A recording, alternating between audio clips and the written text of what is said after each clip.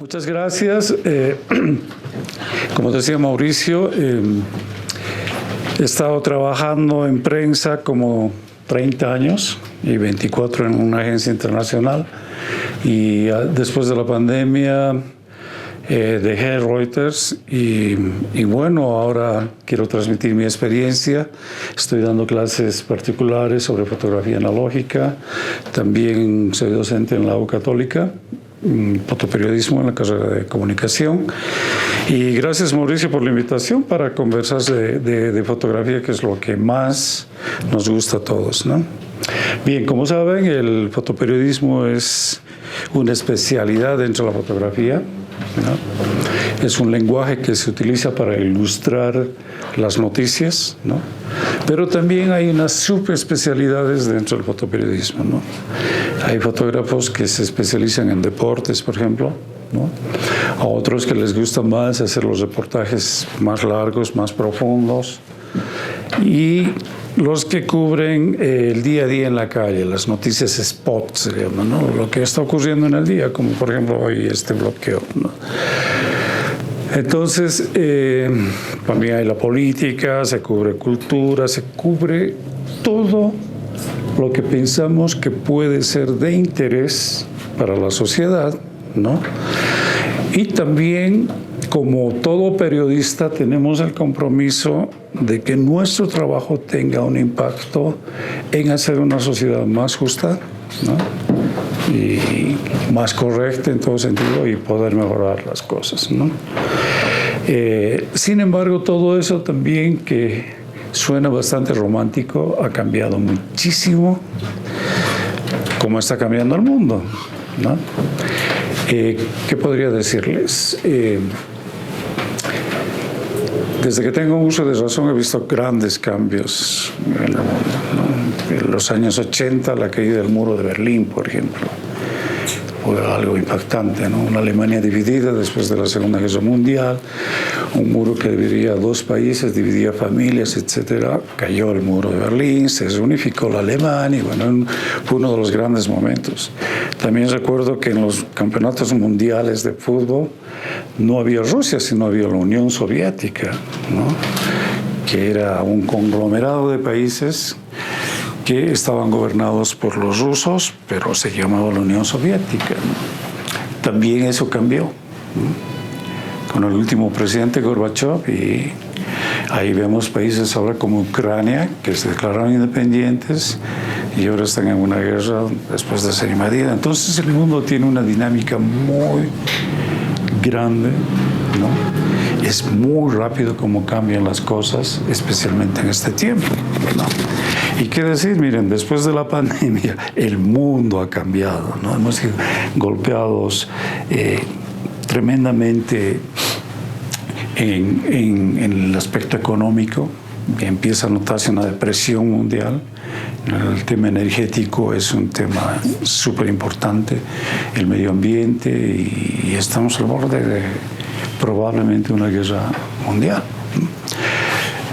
Bien, entonces podemos retroceder un poco el tiempo e ir a esa época del periodismo romántico, en la era analógica, cuando la tecnología digital aún no había llegado, ¿no?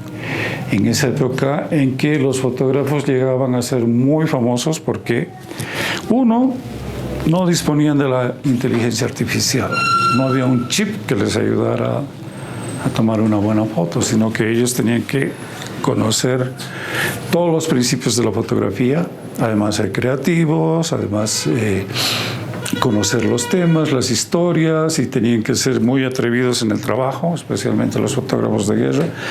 Y es así como ellos nos han dejado un legado muy grande que me gustaría que puedan revisar o ver en internet, ¿no? A los grandes fotógrafos de esa época, porque aún en este tiempo podemos aprender mucho de ellos, ¿no? Podemos citar algunos nombres como Robert Capa, ¿no?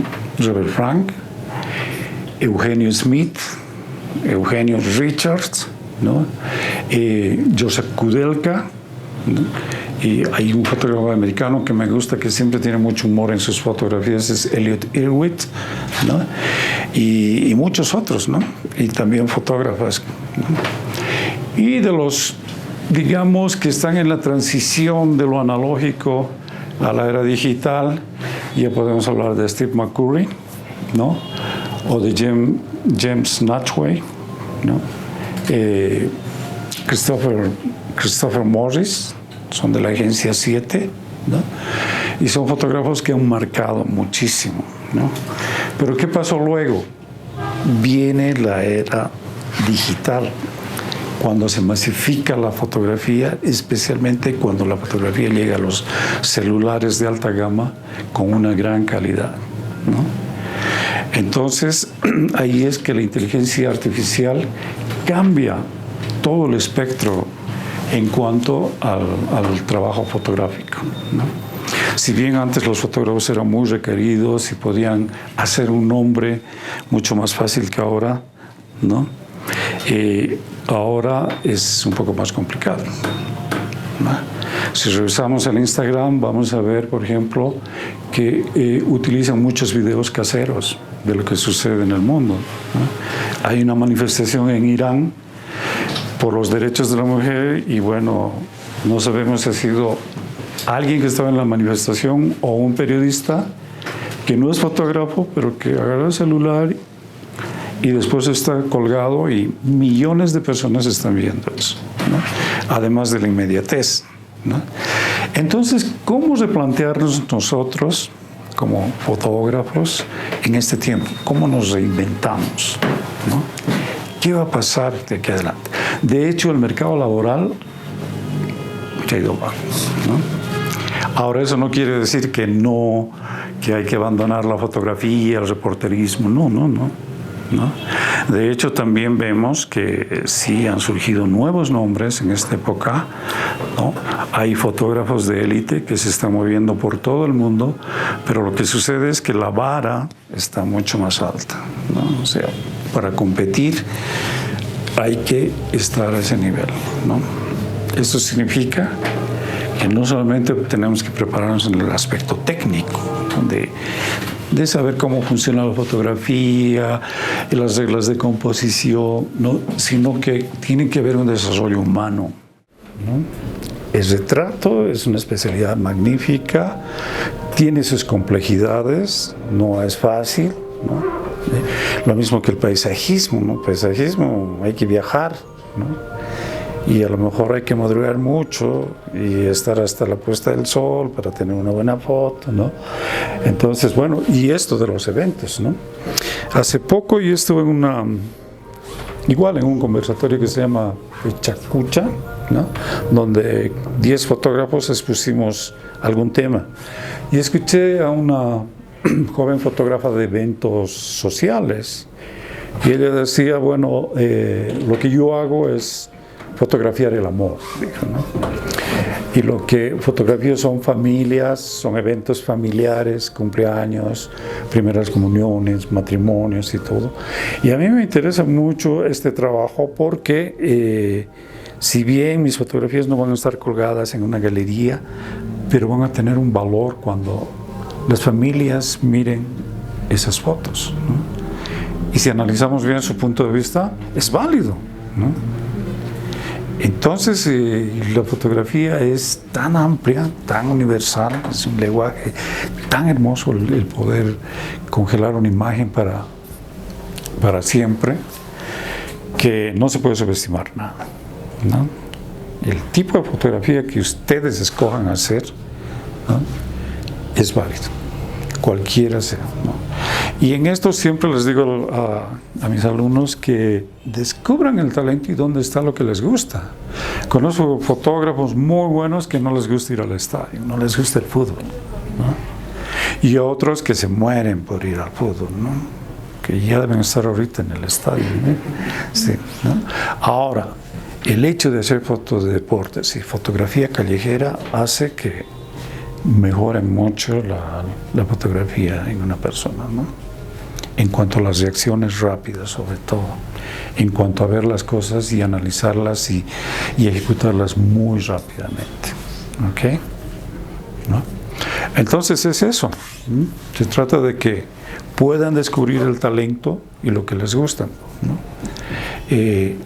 Por ejemplo, un fotógrafo de modas tendrá que estar en el mundo de la moda, ¿no? Y tendrá que ser alguien que tenga un equipo adecuado para eso, y también su estilo de vida tendrá que ser para ese tipo de fotografía, ¿no? A lo mejor será alguien que se viste muy elegante, que va al gimnasio, que no sé.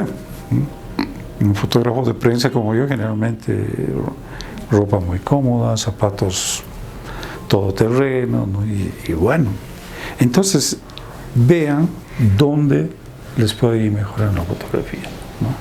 Apunten a algo, no disparen al aire sin saber, ¿no? Sino vayan descubriendo. Y lo que les puede ayudar muchísimo es que ahora tienen muchísima información en internet. Miren a los grandes fotógrafos de antes, a los de ahora, ¿no? Y vayan viendo cuál es el estilo que, ¿no? Analicen si van a vivir de la fotografía, lo cual cada vez es más complicado, ¿no? O si son apasionados de la fotografía, pero necesitan sostenerse, siempre vean de tener alternativas, ¿no? Y sigan haciendo fotografía. Yo tengo un amigo que ahora está en Reuters, le dije, trabaja en un café, y le dije, no dejes el café, ¿no? Haz fotos para Reuters, pero no dejes el café, le dije, ¿no? Porque ya las condiciones han cambiado muchísimo, ¿no? Ya son trabajos a destajo, asignaciones, que en un mes puedes ganar buen dinero porque hay una complicación en tu país y es noticia mundial, pero puede haber un mes que no pase nada, ¿no? Y no tienes ingreso, ¿no? Entonces es bueno tener una alternativa. Y dentro de esa alternativa, hacer fotografías y tener proyectos personales, ¿no? No dejar de hacer fotos, si es que es la pasión que sentimos que nos gusta, ¿no? Y encontrar siempre una buena perspectiva para seguir adelante, ¿no? En mi caso, por ejemplo, nunca he tenido tiempo para esto, ¿no? Porque estaba pendiente de las noticias.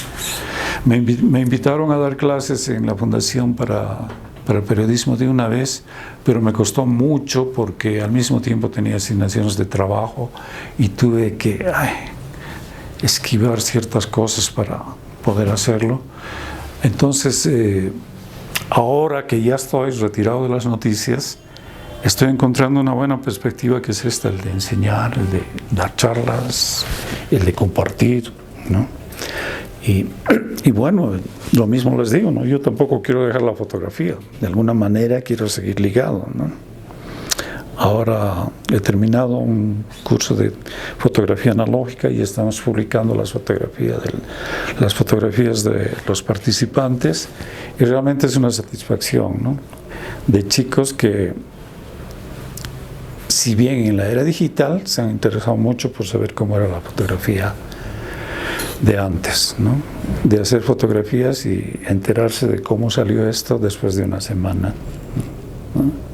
Y ver sus fotos después publicadas, editadas y todo eso, sin la inmediatez que existe, ¿no? Entonces, lo que hablo con ellos es qué es lo que hemos aprendido con este curso, con este taller, es que ya no tienes una tarjeta con mucha memoria donde puedes sacar cientos de fotos, sino que tienes un rollo de 36 exposiciones.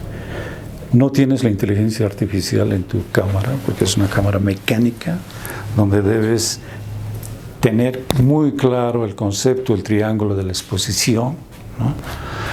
Y tienes que valorar la luz tú mismo, ¿no? Entonces, eso hace que sea una fotografía muy lenta, ¿no? No tienes autofocus, tienes que poner foco. Si haces en la noche una fotografía, tienes que poner trípode. O sea, te lleva tiempo hacer la fotografía. Y al mismo tiempo eso te enseña que debes meditar las fotos, ¿no? Y con seguridad eso nos enseña a cualquier fotógrafo a mejorar su fotografía, ¿no? Que no es lo mismo de tirar muchísimas fotos y estar mirando y revisando en la cama, ¿no? Entonces yo les digo que el curso de fotografía analógica es muy interesante para los jóvenes que no han tenido la oportunidad, que han nacido con el celular, con el internet, con el chip y todo eso, que es muy interesante mirar el pasado para poder entender mejor el futuro. Por lo menos una vez esa experiencia de lo analógico puede ser muy importante en su formación y en cómo ver las cosas.